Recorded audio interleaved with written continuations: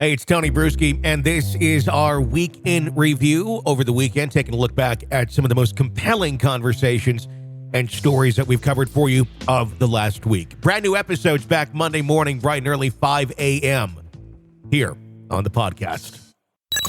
This is the Hidden Killers podcast with Tony Brueski. Featuring defense attorney, Hidden Killers daily contributor, and host of the Defense Diaries podcast, Bob Motta. Kevin Franke is saying that he is focused on doing what is best for his kids at this point, as his wife, Ruby, is behind bars along with Jody Hildebrand. Doesn't want to sling mud or point any fingers. Also, in some statements, says he wants to work through concerns as a family, that there was never any formal written decree of separate maintenance or separation agreement with the couple. That's what his defense attorney is saying, that they are separated, Ruby and Kevin, for about 13 months for what we know right now. Again, he's the dad, and this sort of stuff doesn't necessarily seem to happen in a vacuum with Ruby. Is he really just trying to cover his tracks right now and be the good guy when maybe he was looking the other way for quite some time, or who knows, possibly even participating? Yeah, I mean, that's where your brain goes. Right. Yeah. I mean, it's one of two things. Either he's going to flip on her, or he's trying to do a CYA. You know what I mean? Yeah. It's hard to know which one. But again, with this case, at the end of the day, we're going to have the kids and what they know and what they say. You know what I'm saying? Like, I don't care what he's saying, to be honest with you. What I care about is what the kids are going to say. Now, if he was peripheral, if they feel like, okay, well, dad wasn't doing anything, but he wasn't stopping it either. Yeah. I mean, it's hard to say how the kids will play that thing out, because ultimately what we're talking about is significant stretches of prison time. And are these kids in a position where they want both of their parents in prison? So I mean, there's a lot of dynamics at play. It's not as simple as just, because ultimately this case is going to hinge upon what the kids testify to as to what happened to them. Yeah. It's going to be more significant than anybody else's testimony. I don't like Dad, Ruby, the publicist, they won't matter. The publicist and Ruby are going to deny.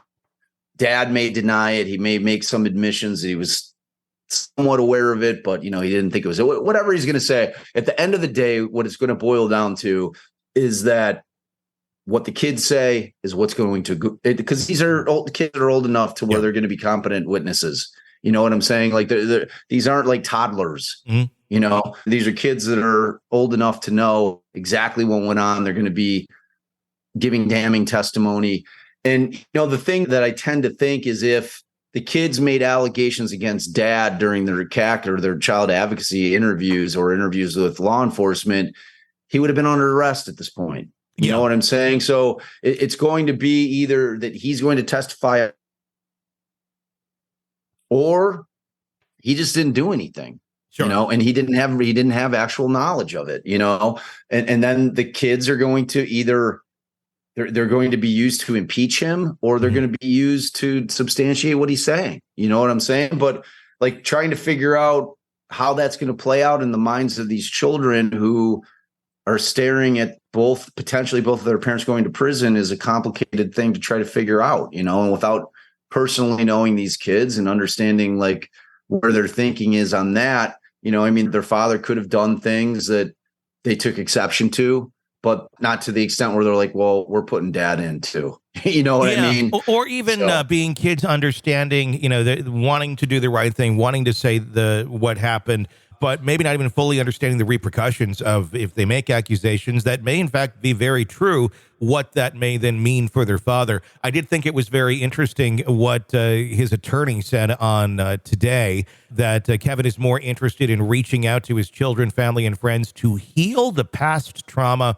and events. That can be interpreted one of two ways. If he's talking about what Ruby may have put them through, or to me, it almost read of more like what he was around to see when he wants to help heal the kids from that. And it even says he's focused on doing what's best for the kids, even if it means undergoing some introspection.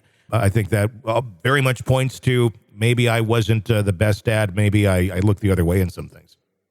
Yeah, 100%. I mean, like, anytime something like this comes about involving your children, and you feel that you failed them, that guilt's got to be overwhelming. Yeah. You know what I'm saying? It's like, man, like and that could be completely legitimate, and that would substantiate that. Yeah, I didn't know, right? I disagreed with her parental strategies, but I didn't necessarily believe that it was abusive. You know what I'm saying? But like, then he has to step back and look at all of it in retrospect. He's like, man, if I'm looking at the totality of the circumstances, yeah, I should have done something because I let it slide just because I thought it was parenting techniques. Sure. You know what I'm saying? Well, and nobody wants to. I don't admire the guy, and I don't envy him because it's a horrible situation to be in. It's a trauma. I mean, if in fact, he did look the other way on some things, either he's an idiot and doesn't care about his kids, but I think he probably does.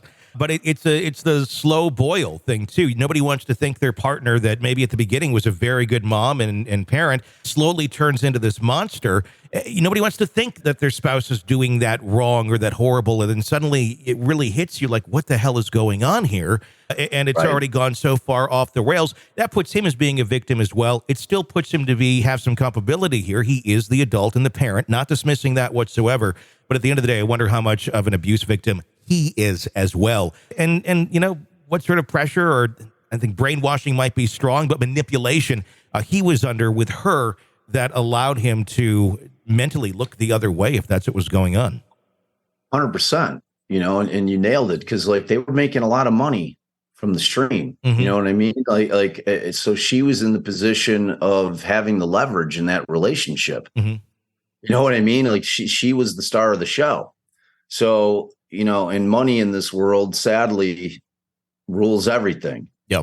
You know what I'm saying? So in terms of that kind of leverage that she could have wielded over him in terms of, I'm cutting you off, shut your mouth, I'm running this thing. You know what I mean? Like, we don't know what those inner workings were, but in light of the way that we know that she treated her children, I can't imagine that it's too much different than how she treated her husband, to be honest with you. I mean, it's like those things kind of go hand in hand.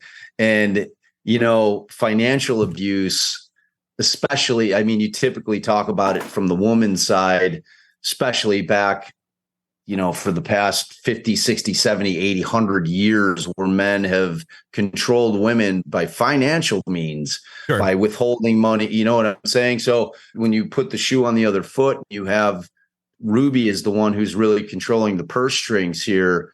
It creates a situation where she is going to be the one who's going to have the leverage in terms of the relationship. So, yeah, I mean, it's everything you said is certainly possible, man. Yeah. You're consuming the Hidden Killers podcast. Want more? Start binging on all of our true crime podcasts right now through Apple Podcasts, and get an ad-free experience when you sign up to be a True Crime Today Premium Plus member, exclusively on Apple Podcasts. More of the Hidden Killers podcast, dropping soon. Press subscribe now.